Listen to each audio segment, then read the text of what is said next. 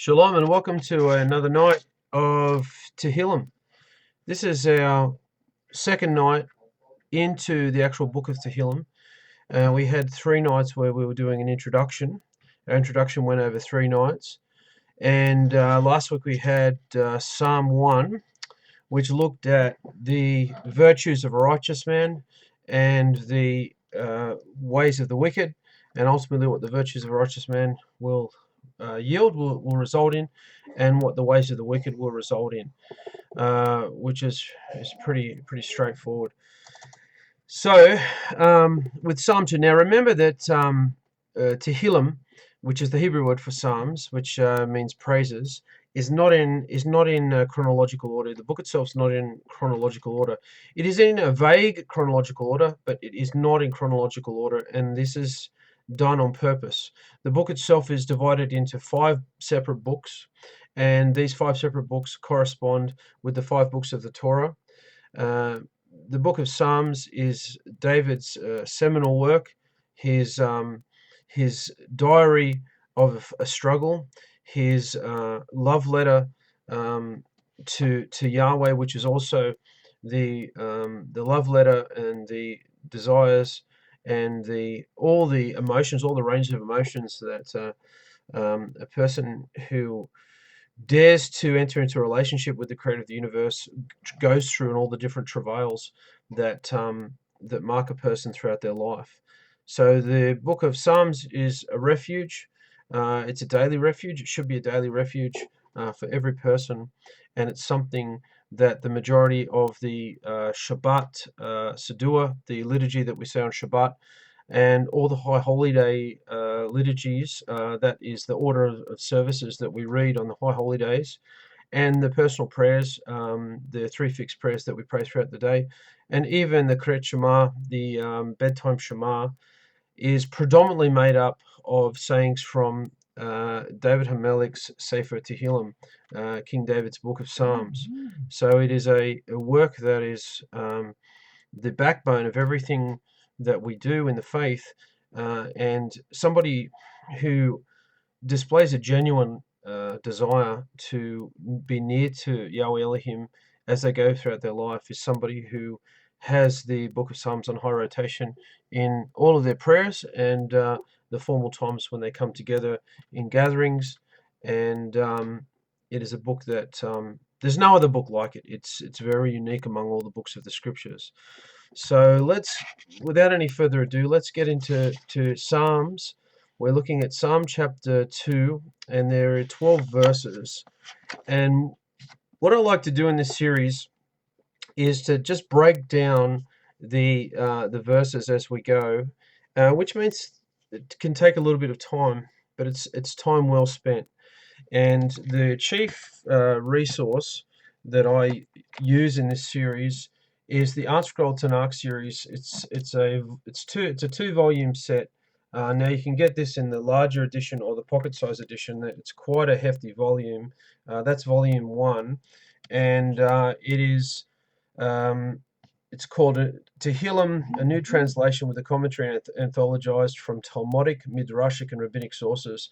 So basically, what you're getting when you purchase this book is anyone who was anybody throughout the ages in Judaism who had any expertise and any authority in delving into the text and finding gems is all put together and highlighted in this single work, which means it is broken up into introductions for each psalm. So what you get when you buy this book, I'll just go through it just briefly.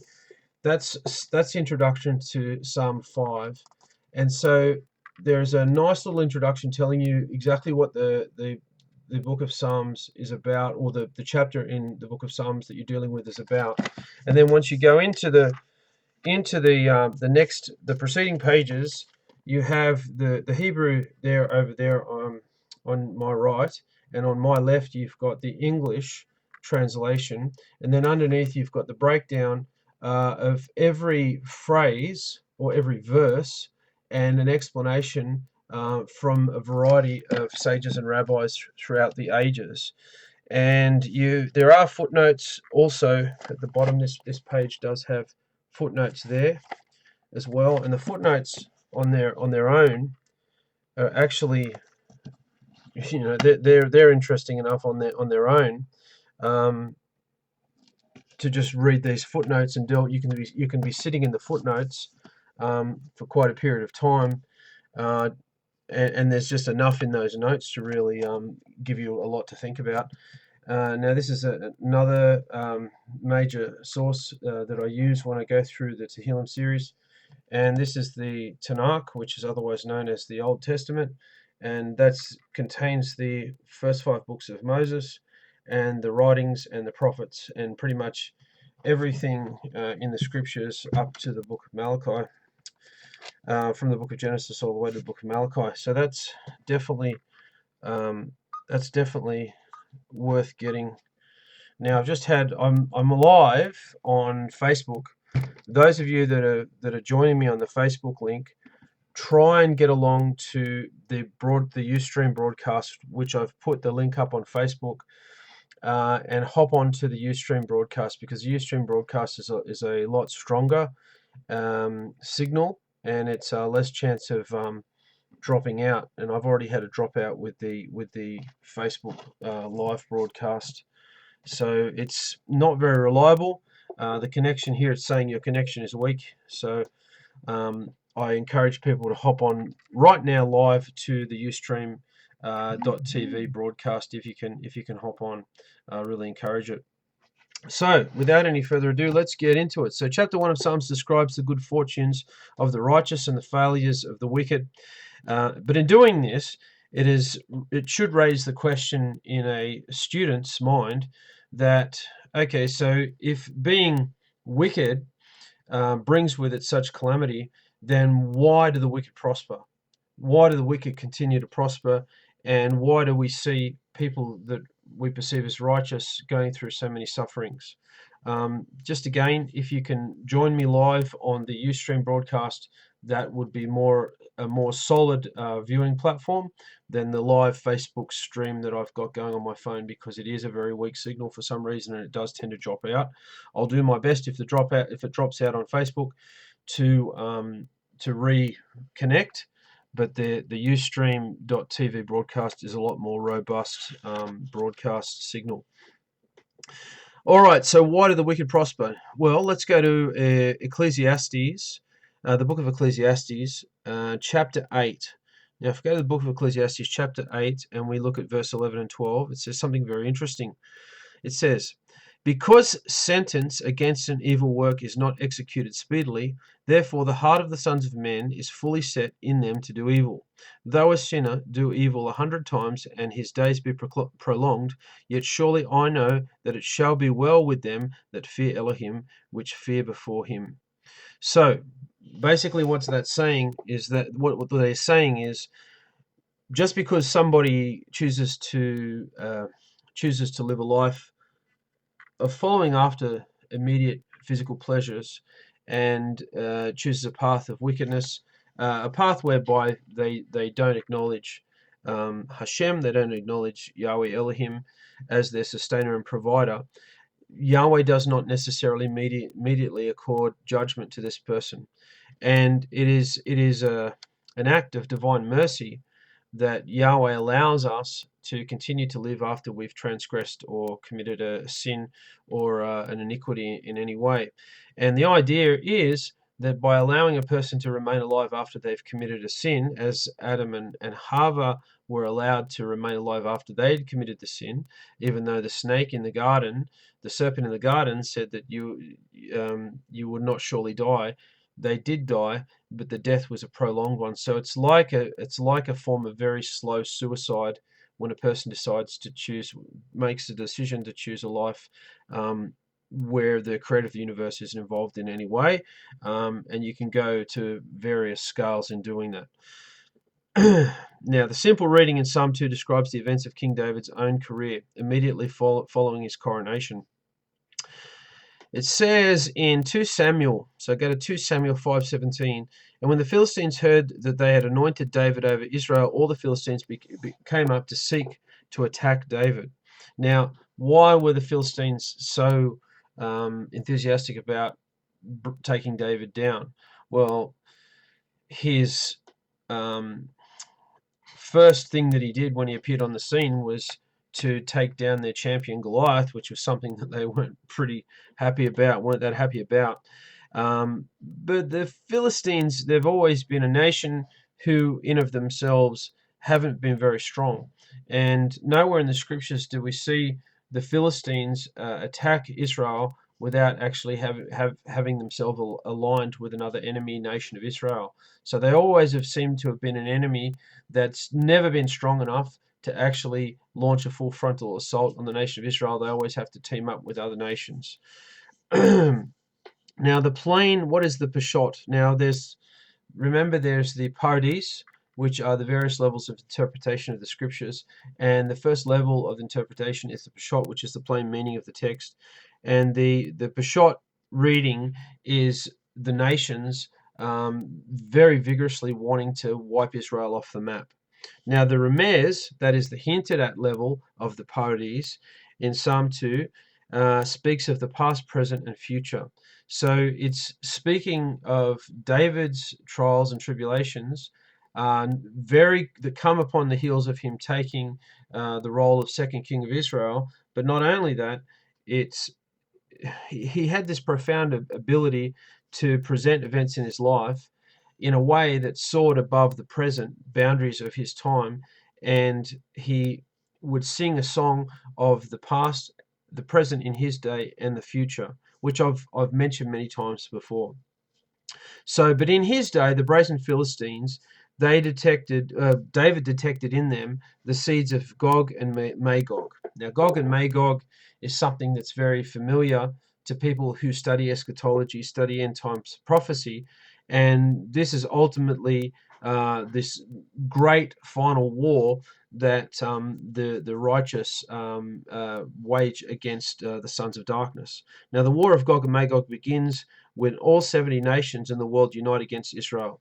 So, according to Hebrew gematria, what's Hebrew gematria?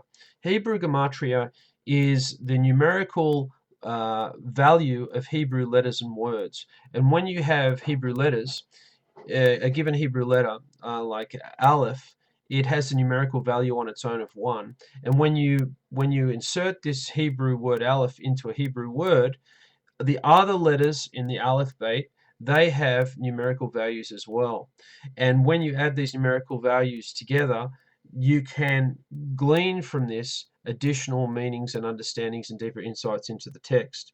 Now, the Hebrew phrase Gog Magog has the value of 70.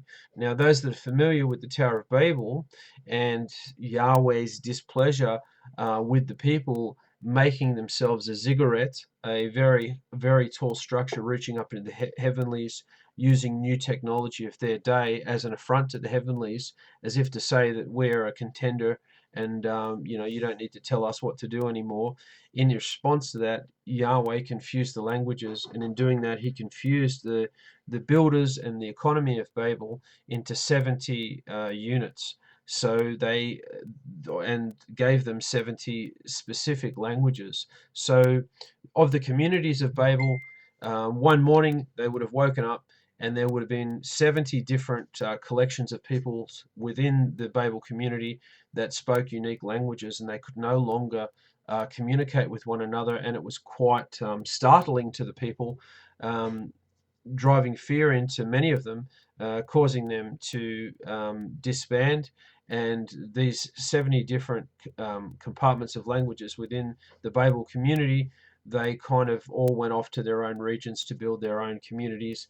And that's the origins of all the different cultures that we see today with their unique languages. So technically, these 70 languages, these 70 nations, they're not pagan languages. They're languages that originated from the Almighty Himself, but these languages were a lesser forms of communication than Edenic or the Hebraic language of the biblical era, and pre-biblical era and post-biblical era. So, so the numerical value of Gog and Magog is 70. So it's talking about the nations arraying against Israel. Now Ezekiel 38 and 2, and we'll be looking at the book of Ezekiel, Yah willing, this Sunday with our readings for Shavuot. Now Ezekiel 38 verse 2 says, "Son of man, set your face against Gog and the land of Magog, the chief prince of Meshech and Tubal. Prophesy against him." Now, Gog means the chief prince of Magog. Magog is an ancient name for the nation we now know as Russia. Many of you already know this, but I'm just going over it anyway. The name Moscow derives from the tribal name Meshech, and Tubal comes from Tobolsk, the historic capital of Siberia. So interestingly, when Yahweh broke down the languages, he divided them into 70 languages, causing 70 separate nations to emerge, which we just mentioned. Thus, the ancestors of these 70 people groups will reform in an attempt to exact vengeance on Yahweh. However, ultimately, they will not prevail.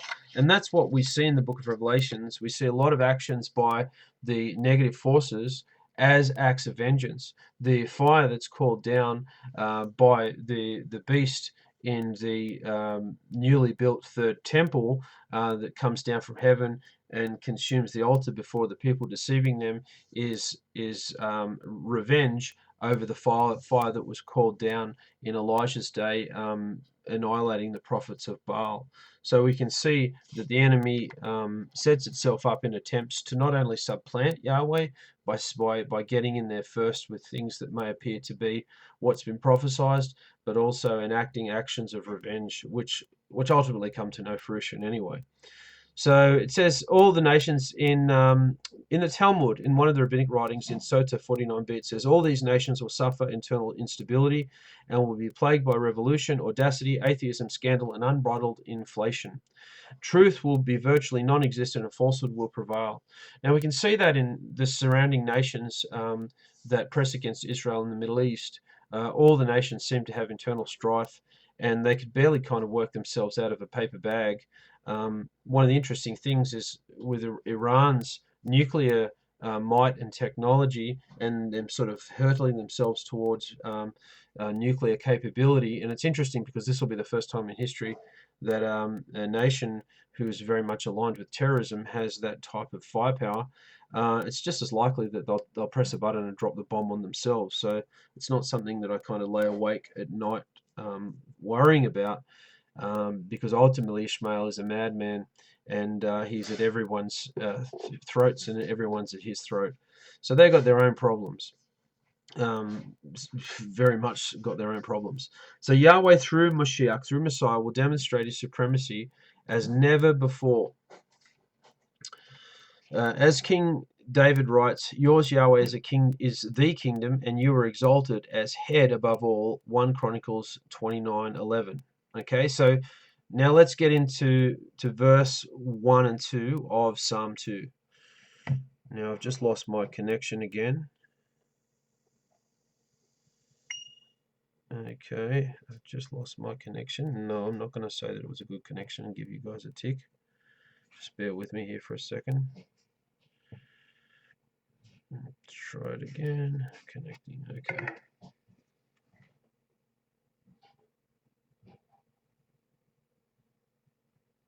Okay. So verse 1 and 2, why do the peoples gather? Why do the nations talk in vain? The kings of the earth take their stand, and the lords conspire secretly against Yahweh and against his anointed. So any attack against a nation who have set Yahweh Elohim as their head is a direct attack against Yahweh himself. So let's look at the first part of verse 1. Why did the peoples gather? Literally, why the masses in turbulence?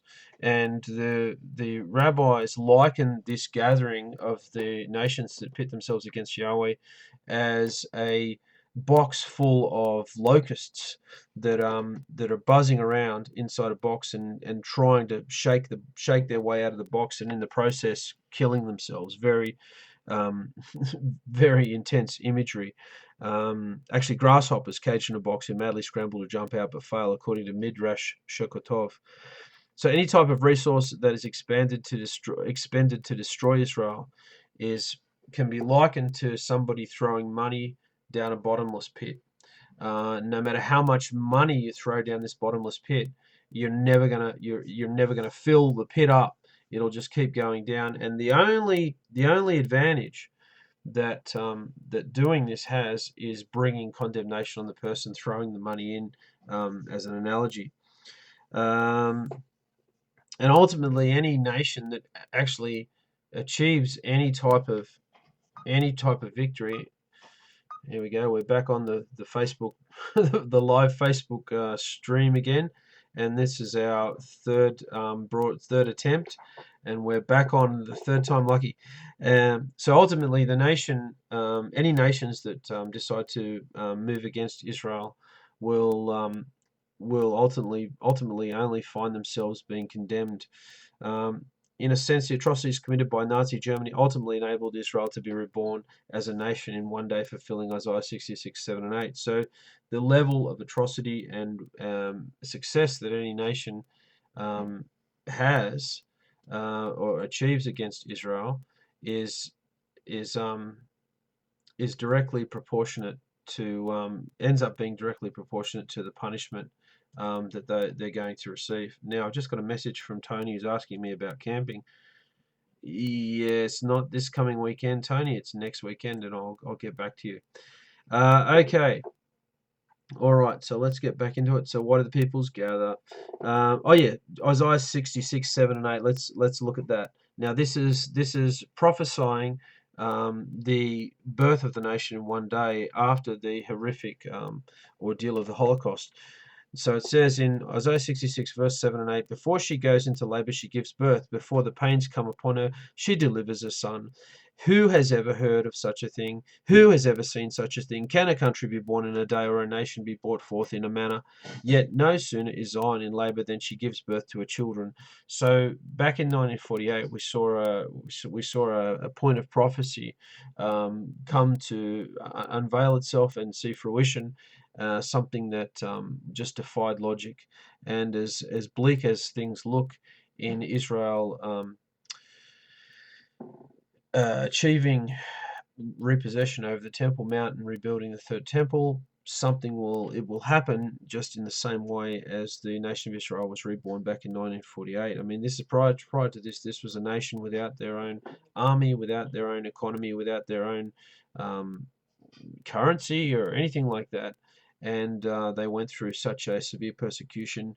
And out of all these birth pains, these travails of birth, came the nation of Israel. And just in a few short years, it became a prominent player in the world economy, which is another miraculous feat by the Almighty, which is just amazing.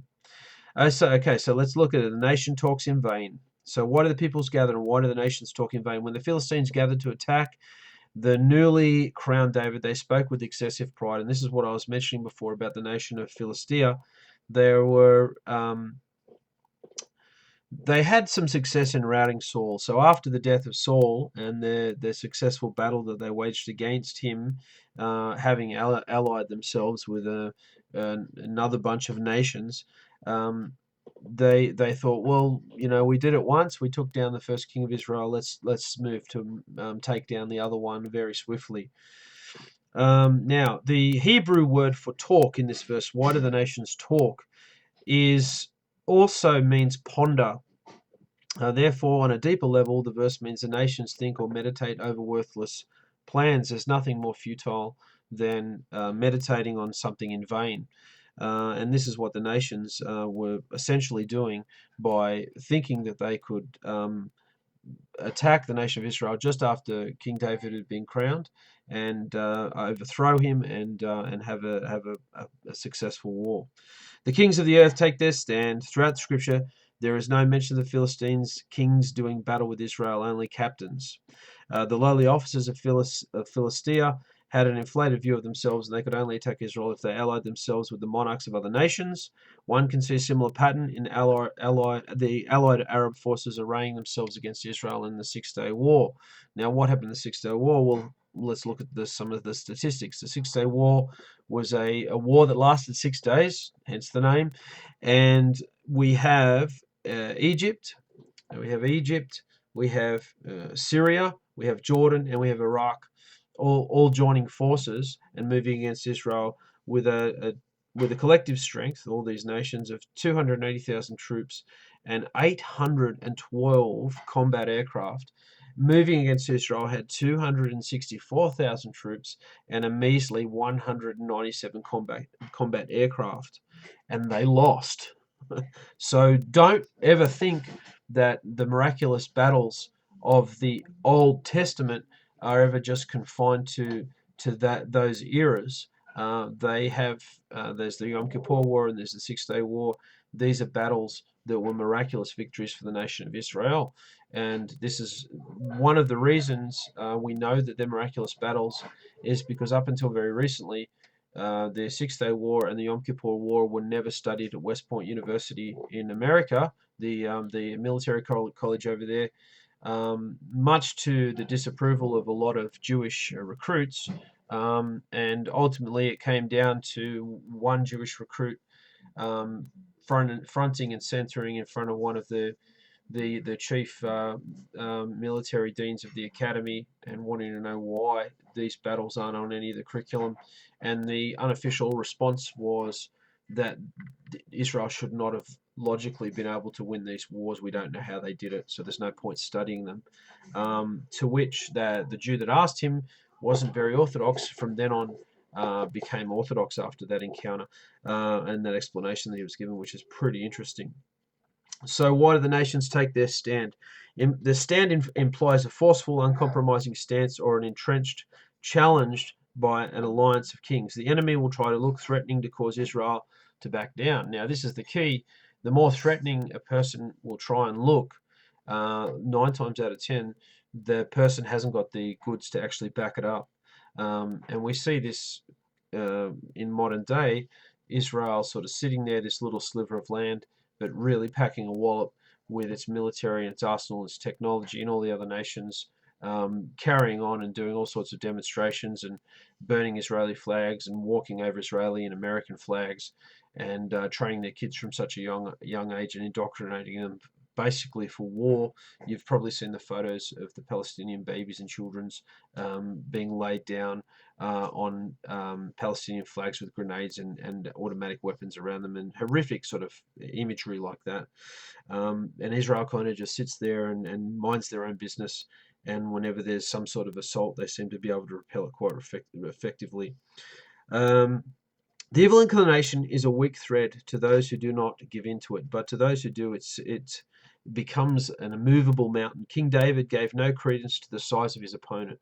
His only concerns was silencing their blasphemous tongue, and we see that with his confrontation with Goliath. He didn't really. We don't see when he's suiting up in Saul's armor and preparing himself to walk out there. We don't see any type of concern over the size of the opponent that he's facing. All that we see in that narrative is David's concern over the fact that he's blaspheming his Elohim. This was the thing that he was most upset about, and that he was fixated on. It was just something that was just completely unthinkable, and he needed to get out there and silence this person who was blaspheming the name of Elohim. And it just had to be done. It was not. He wasn't out there for glory or honor. He was just out there, very much like the zeal that Pinhas showed when he burst forward and snatched the spear, and then ran into the tent and killed those two fornicators in the early days of Israel's formation in the wilderness under Moshe Rabbeinu. Okay, so posturing oneself to look threatening can be a sign of weakness, because the posturing itself is designed to avoid the confrontation altogether. So the more sort of mean and command presence, generally speaking, that somebody will show you, the more you can rest on the truth that if it comes down to it and fists have to start flying, that this person's not going to really be able to back it up, because they've put so much effort in their actual look and fearsomeness. The Lords conspire together, because remember, we're breaking down these verses and we're looking at the verses bit by bit. Counselors who are privy to secrets of the state act in secret. Covert planning and counsel give birth to actions designed to misdirect. So we can see that in the media today. Now we're looking, just those of you that have joined us, we're looking at verses 1 and 2 of Psalms 2, and we're breaking down the passages in Psalms, and we're looking at the Lords conspire together, which is towards the end of verse 2. Why did the kings of the earth take their stand, and the Lords conspire secretly against Yahweh and against his anointed? We see that with the media, their onslaught against Israel, and nothing seems to ever make its way positively to free-to-air television and news broadcasts to Western nations. Very rarely do we see anything that holds Israel in a positive light, even to the point that recently there was a broadcast of a woman in the Melbourne Orthodox community who had sexually abused some girls in a Jewish day school, and that was all over the 6 o'clock news and things like that. So all these things are designed to just wear the public down into a negative view of the nation of Israel. But Yahweh has their back. Yahweh Elohim has their back, no matter how bad things get. Verse 3 and 4 says, "Let us cut their cords and cast off their ropes. He who sits in Shemaim in heaven will laugh. Adonai, our sovereign, will mock them." So here we have Yah Elohim mocking the nations who make an attempt to come at his children, his firstborn, because he refers to Israel as his firstborn as well. And there's this reference to let us cut their cords and cast off their ropes. Now, this is interesting. Those of you that have kind of studied the Torah on a little bit more of a deeper level will know that there is a silver cord, and the silver cord is actually referenced directly in the scriptures elsewhere in the book of Psalms. And I have actually seen people do deliverance prayer, and part of the deliverance prayer, and I've mainly seen this in Christian circles, they will symbolically, with their fingers, have a scissor thing happening, and they will cut the cord over the person to break the generational sins that this person is supposedly suffering from. But in actuality, by doing that, it is also a symbolic way of cutting the silver cord, which is spiritually attaches to each individual to Yahweh Elohim. And so here in this verse, this cutting of this cord and casting off their ropes is a negative thing, not a positive thing. So we don't want to ever be found to symbolically cutting off a cord of somebody. The cord refers to a moral self-discipline that one is attached to King Messiah Yeshua. Without this cord or yoke, man's desires are unbridled. Yahweh's Torah saddles man with duties which are honest and upright. This yoke is easy for one who abides in it, but difficult for one who is double-minded. Matthew 11:30 says, "Take my yoke upon you and learn from me, for I am gentle and humble in heart, and you will find rest for your souls, for my yoke is easy and my burden is light." So what people have to remember is that somebody who is a follower of Mashiach, who is the embodiment of the creator of the universe in a capacity that we can actually understand him. And if we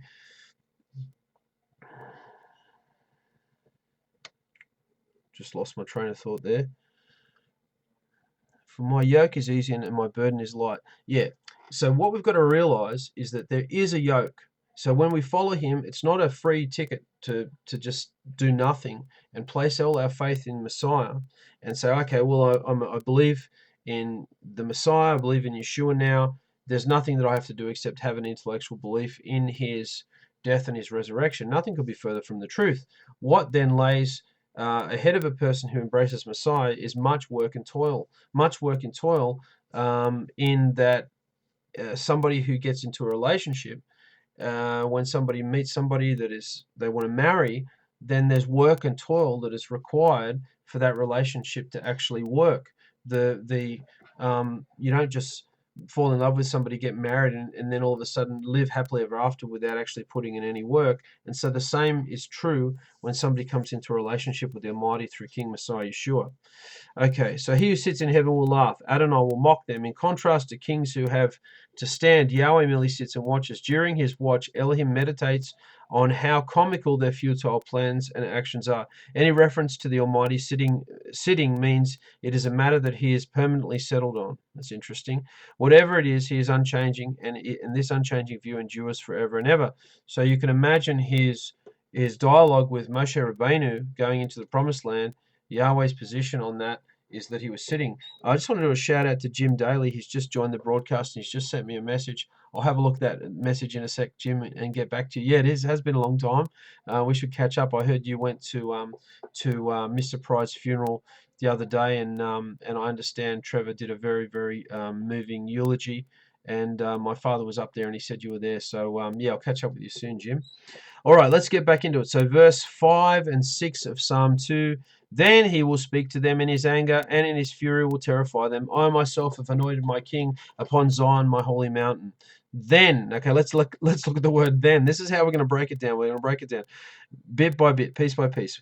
Means suddenly, without prior warning. So it means that there's going to be an abruptness to Yahweh's reaction to these nations coming at Israel. Yahweh will chastise any nation who attempts to remove his chosen and anointed one from the throne. Rebelling against King David's rule will have the opposite effect of undermining his authority and actually serve to reinforce his power. So as the nations come and move towards Israel and try to weaken their connection to Hashem, to the name Yahweh Elohim, they in actual fact serve the same purpose as gym equipment in a gymnasium serves to somebody wanting to go in and seek a good physique. And so when they get on the gym equipment, it hurts, it's painful, and there's aches and pains that come after it. But ultimately, the person who is striving for a good physique and a healthy body will reap the benefits of that. And that's what happens when the nations seemingly appear to have any success in moving against the nation of Israel. I myself have anointed my king upon Zion, my holy mountain. So Zion was not conquered by Israel until King David. So when Saul was on the throne, Mount Zion was still it was still beyond their reach. So this is why Zion and Jerusalem are called the city of David. If you go to the old city Jerusalem in Israel, I was back there in 2008. Then you'll go to a place called the city of David there, and because ultimately it was David who actually vanquished Zion, not the Mount Zion, not Saul, and so that also bears his name there in the city of David. So King David embarked upon his campaign immediately after his coronation as king, because King David didn't want to appear weak. After King Saul died on the battlefield, King David didn't want everybody to go, well, while King Saul was running around, David was pretty tough, but now Saul's gone, now David's weak. So what David did was pretty cunning, a very smart move. He moved very aggressively to overthrow nation after nation who was threatening to attack Israel, to show the people that he wasn't somebody who was just strong while Saul was around, but he was strong in his own right through the power of Yahweh Elohim. Verse 7 and 8, I am obligated to proclaim. Yahweh said to me, you are my son. I have begotten you this day. Ask of me, and I'll make the peoples your inheritance and the ends of earth your possession.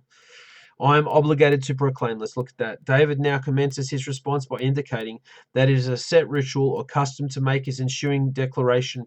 King David's words will be like engravings or inscriptions that are proclaimed in the Torah, that Israel is Yahweh's firstborn son. So Yahweh said to me, Elohim spoke to David through his prophets Nathan, Gad, and Samuel, validating the verse, every matter may be established by the testimony of 2 or 3 witnesses, Matthew 18:16. So David wasn't above seeking counsel. And in fact, David had, in his lifetime, 3 very influential prophets who were on his payroll. And one, Nathan, was the very prophet who called David out after his transgression with Bathsheba, when he saw her bathing atop her palace, across the way from his palace, and then he took her as his wife, and then had his son, her husband, who was temporarily divorced, which was the custom of all of King David's soldiers. He had him come back and lay with her. He refused to lay with her. He went back out, and orders were given out with him to have all his comrades withdraw in the heat of battle, thus killing him. So when Nathan calls him out, he says, "You're the man." David says, "Yes, I'm the man. I've sinned." And this was a quality that King Saul never had, even though King Saul had many finer qualities than King David. King Saul had problems saying that he was sorry and he did the wrong thing. David, on the other hand, he was a master at recognizing where he failed and acknowledging that and changing that. And this is the real attribute that every follower of Yahweh Elohim through King Messiah Yeshua needs to bring in, adopt, and have in their DNA. Not being afraid to say, "Hey, I'm sorry. I said the wrong thing. I did the wrong thing. I made the wrong decision. You were right. Whatever I can do to repair the situation, I'm willing to do that." If you have that type of mindset in this walk, you are going to really, really be empowered, and you're going to be going onward and upward. I'm telling you right now, because there's many people that I've got a love for, that I've known in my life, and but these same people, I've never heard sorry come out of their mouths. Just because somebody doesn't say sorry doesn't mean that they're an evil, sinister villain. Some people actually have great difficulty acknowledging when they've done error. They'll be very quick to lay blame. We see Saul's only thing that he did was causing one of the offerings that Samuel had asked him to do, to initiating the offering before Samuel arrived. And Samuel finally arrived and saw that he'd started the offering. And he said, "Why did you start the offering? I told you to do it after I arrived." And then he started to lay blame, and the kingdom was actually thrust from him. But in David's case, he did something that we have trouble reconciling. He went and committed adultery, and he had this lady her husband murdered. He kind of gets off. How does that work? And it was because Yahweh is not concerned about the sin that we do or the magnitude of the sin we do. He's concerned about how we are going to resolve it, how we're going to repair it, restore it, and return to Him, do tshuva, and do the right thing. We see that with Judah, one of the original 12 progenitors of the nation of Israel. We see the awful thing that he did with Joseph by throwing him in the pit, and then laying with Tamar, and then calling her a prostitute. And then we see the huge character arc Judah has, coming from somebody who's pretty bad, being somebody who's quite righteous. And this is what merited Judah in having progeny, where the lawgiver would never depart from between his descendants' legs. So that's pretty powerful. Rarely should one say, "Thus says Yahweh." Okay, unless a matter is confirmed by the mouth of two prophets, or the preceding words are a direct quote from contextually applicable verses. So nobody should say, "Yahweh told me." If you're going to say Yahweh told me, you want to make sure that Yahweh actually told you, because a lot of times you'll have people that don't have the fear of Hashem, and they will say, "Yahweh told me such and such," and they're going to be standing one day before the heavenly court explaining explaining, "Why did you say that I spoke to you when I didn't?" And yet here we have the king of Israel. Has the fear of Yahweh on him, to the point that unless it's confirmed by one of his prophets, he would never say that something was said by Yahweh. Most people, what they mean to say when they say that is they want you to be quiet, and they want to be able to be heard, and they don't want you to rebut them, because the creator of the universe has told them what's what, and you need to do what they want you to do, which is a dangerous thing to do. It's safe to say, when you quote verses in context out of the scriptures, that this is the word of Hashem. That's fine. That's a totally different thing, but make sure you get the context right. "You are my son, and I've begotten you this day. You are my son." King David was the leader of Israel and called my son, my firstborn son. So David was called Yah's firstborn son. The nation of Israel was called Yah's firstborn son, and Yeshua Mashiach was also called Yah's firstborn son. "Then say to Pharaoh, this is what Adonai says: Israel is my firstborn son." Exodus 4:22. So remember what I said with King David, when he refers to himself as an individual, he also refers to the nation of Israel, because why? He's the heart of the nation of Israel. They're echad, they are one. Similarly, King Solomon is referred to as Yahweh's son in 2 Samuel 7:14. "I will be his father, and he will be my son."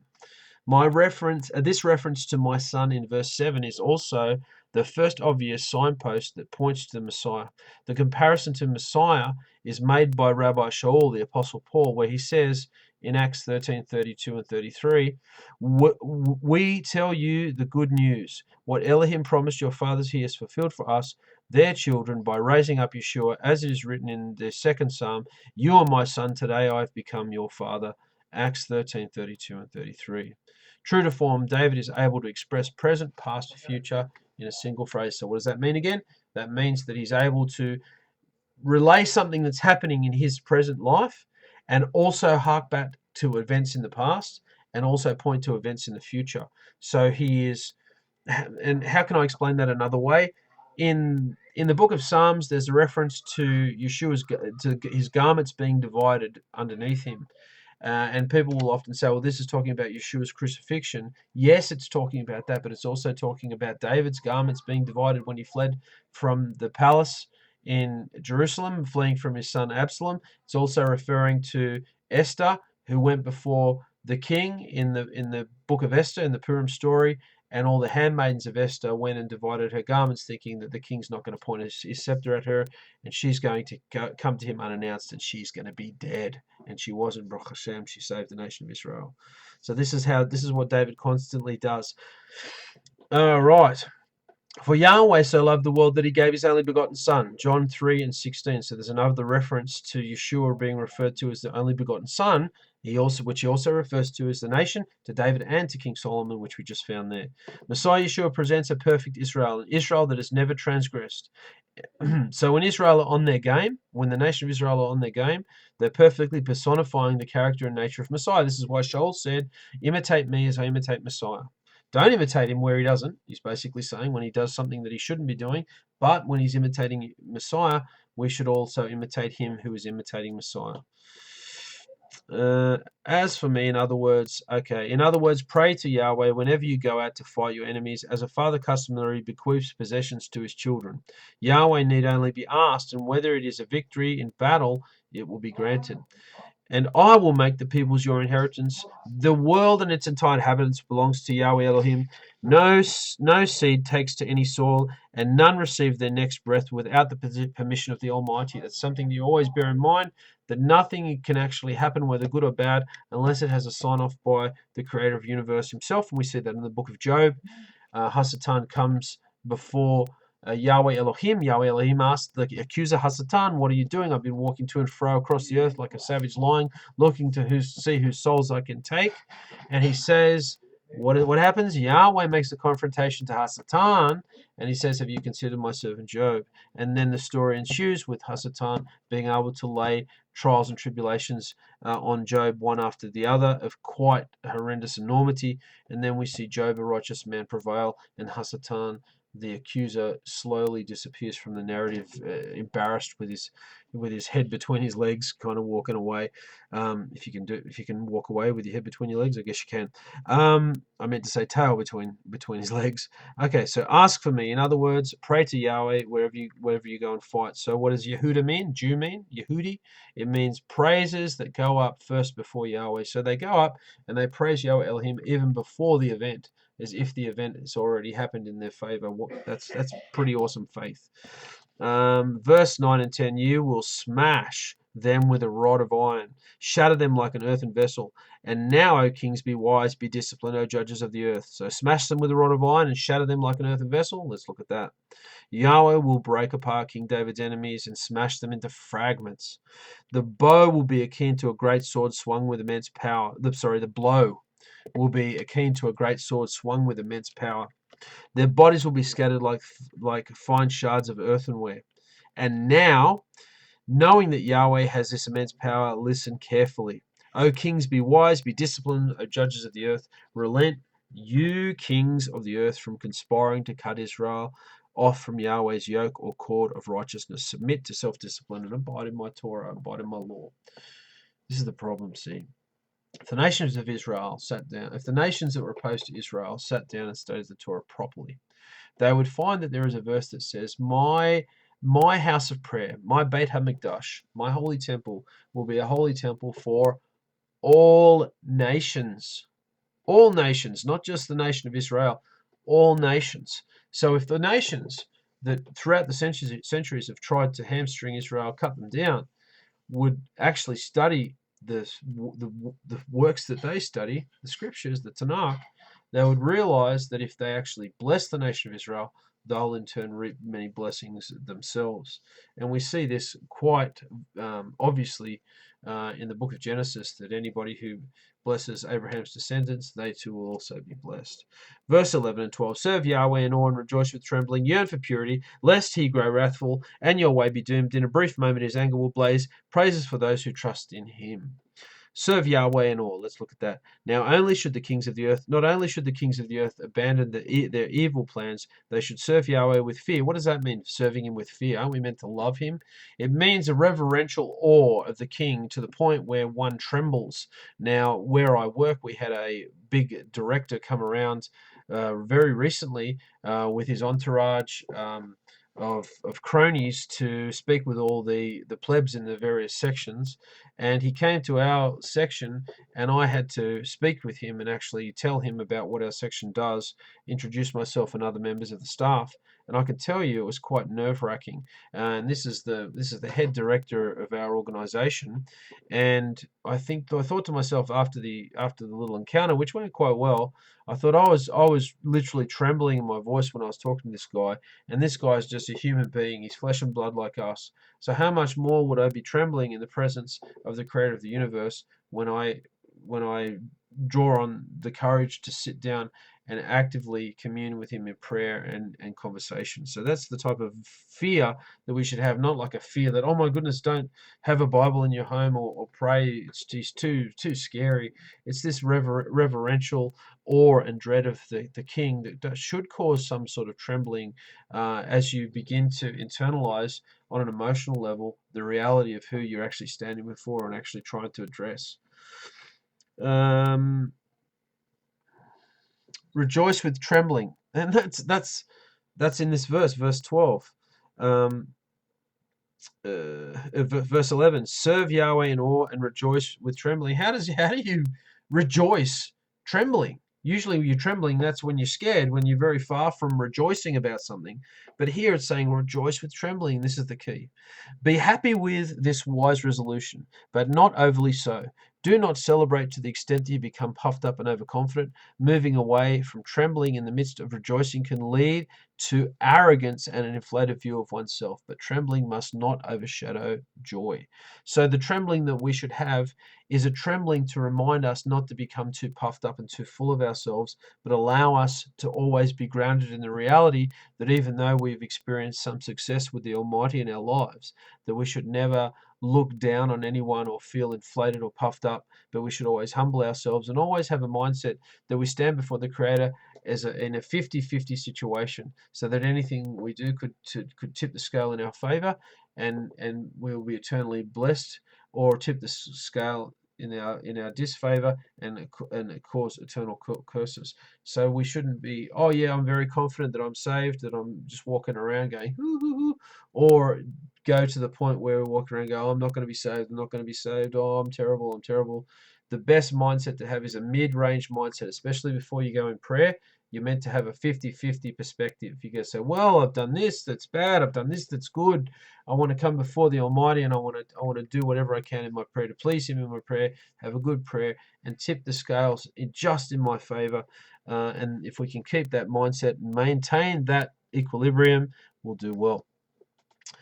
One who learns with joy can learn more in 1 hour than one who learns many hours when he is sad, according to Rabbi Chaim Volosin. The source of the custom to break glass at a Hebrew wedding, those of you that have seen a Hebrew wedding or seen one on TV, it comes from an incident at an ancient Jewish wedding feast. During the feast, the host noticed that the rabbis were excessively merry. He immediately took hold of a fine crystal vessel worth 400 zuzim and smashed it in front of them, causing their spirits to sober. Even when you rejoice, remember to tremble before Yahweh's presence at all times, according to the great sage Ibn Ezra. So we've got to make sure that our joy isn't to the point where we lose control, but we're always acutely aware who we're being joyous in front of. Yearn for purity, as the verse goes on to say. The key to accustom the key to accustoms one's self to love that which is good is to seek purity in thought, word, and deed. Thought is the first one, word is the second one, and deed is the third one. And these are all part of the worlds that are very real.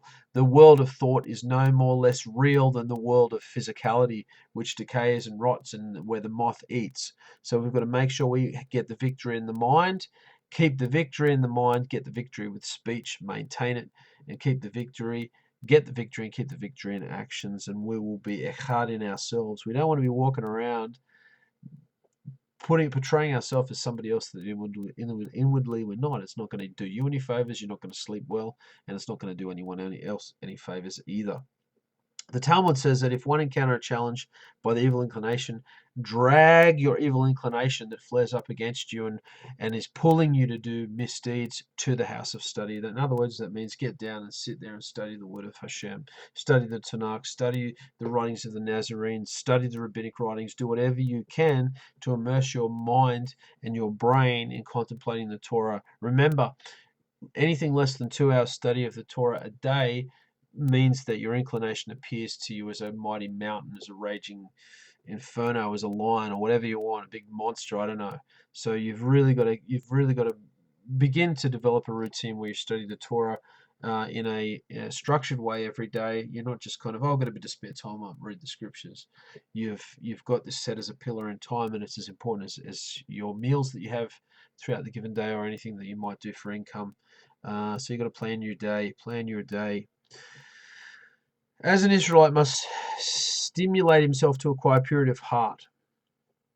An Israelite must stimulate himself. Okay, so how do we stimulate ourselves to maintain a purity of heart? Now, there are many ways of doing that. The evil inclination works against a man and a woman to have him do things that are against the will of the Almighty, and it works on a daily basis. Everybody's got a good inclination and everybody's got an evil inclination. And these two inclinations continually wage war. So every person has two kingdoms, is like a nation, like two nations warring for supremacy.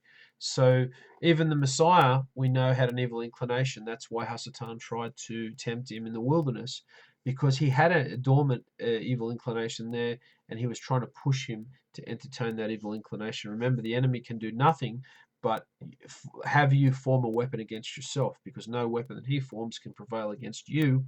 But if he can influence you to structure your own war machines, they will have a devastating effect on yourself. He can't. The dark forces can't make you go to hell against your will. You have to do a whole bunch of things to elicit that type of judgment. It's all of your own doing. It's called free will. And a lot of people, when they complain about where was God when such and such happening, are actually complaining about the gift of free will. So you need to remember not to complain about the Almighty when something bad happens in your life and you feel like making the statement, where was God in all this? You don't want to be found saying anything like that. Otherwise, you're calling into question the whole framework of free will. You can't have your cake and eat it, in other words. Maintaining personal hygiene and observing ritual purity laws serve as the object lessons in purifying the heart. When one washes their hands, they get the vessel, they take the vessel in the right hand. The other hand has water poured over it. The hand takes up the position of the heart. See the shape of the heart. You don't wash your hands like that when you're ritually pouring water on the hands. You make sure they're not clenched. You don't want a clenched fist. You want the fingers to be slightly open so the water will go over the entire surface of the hand. But the idea is it's the shape of your heart, and you have two hands, so you wash it over one hand representing the evil inclination, then you shift the vessel to the other hand, and then you pour the water over the other heart, symbolizing pouring purifying waters over your heart, over the good inclination. So both your good inclination and your bad inclination are being washed with purifying waters. It's a symbolic act. And then you get a cloth, and then you wipe the hands with the cloth. You say, may these hands serve the Messiah Yeshua. So you say the blessing for the pouring on of the water, and then you wash your hands, and you verbally say your intentions. So you want these hands to serve Mashiach, not your own fleshy desires. You want to serve the will of the Almighty, and you want to be part of the army of Yahweh. And this is really the desire that lays dormant in every heart of a man, woman, and child all over the face of the earth. But this is the enemy's veil that they've put over everybody just about.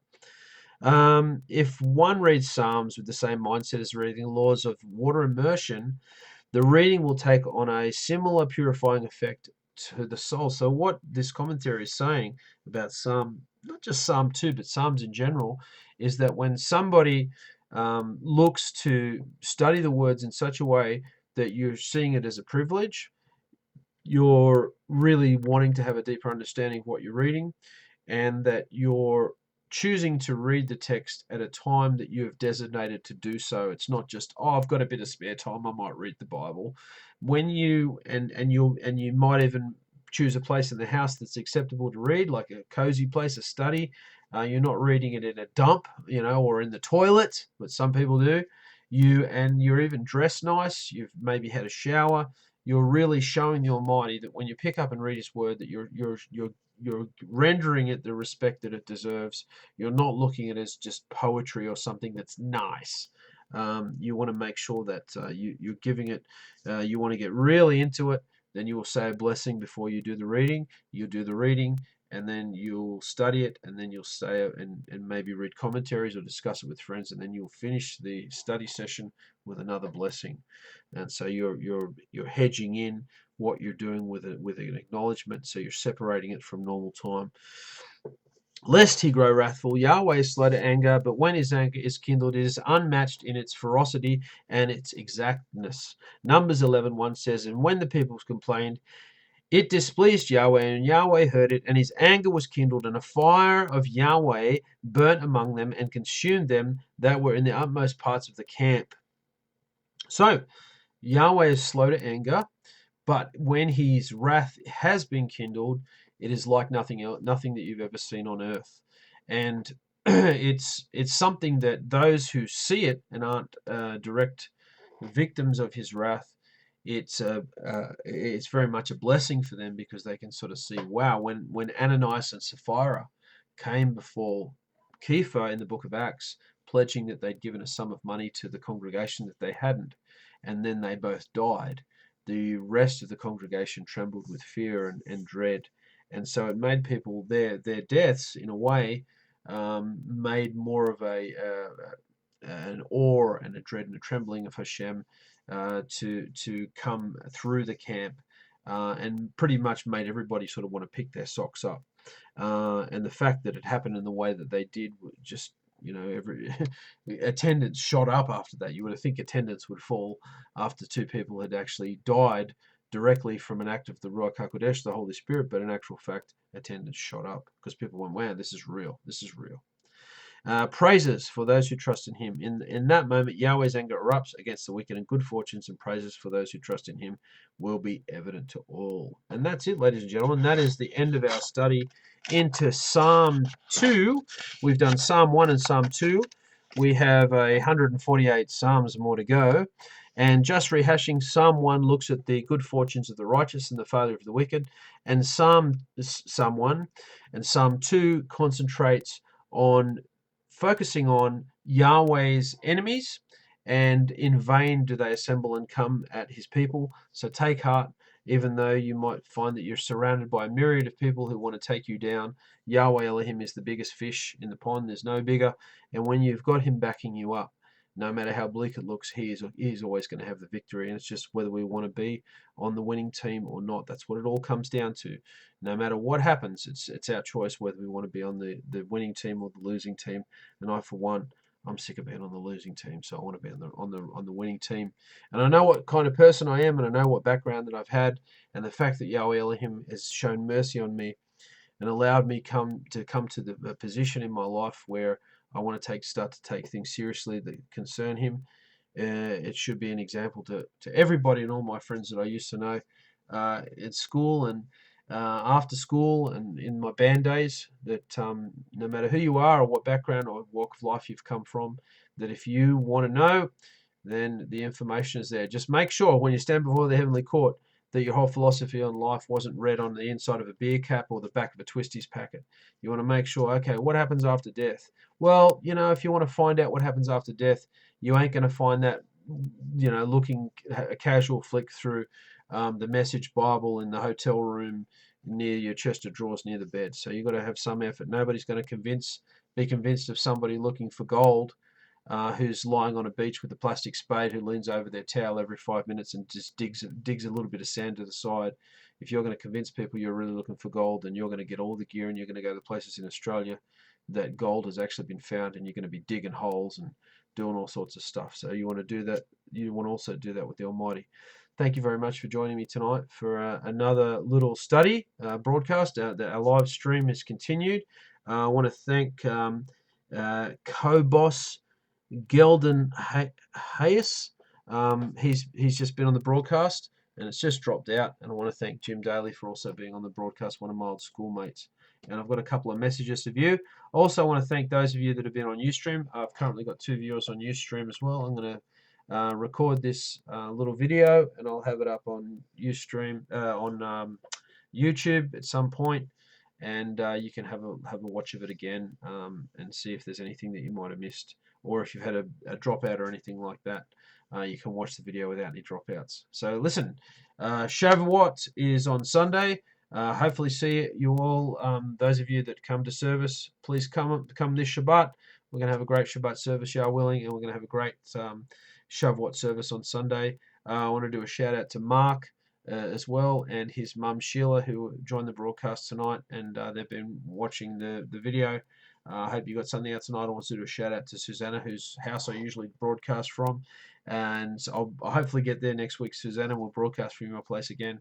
I hope you enjoyed the little insights that I brought to you today by Yahweh's grace and mercy from Psalms 2 next week. Yah willing, Psalm 3. Bye now. Lila Tov. Good night.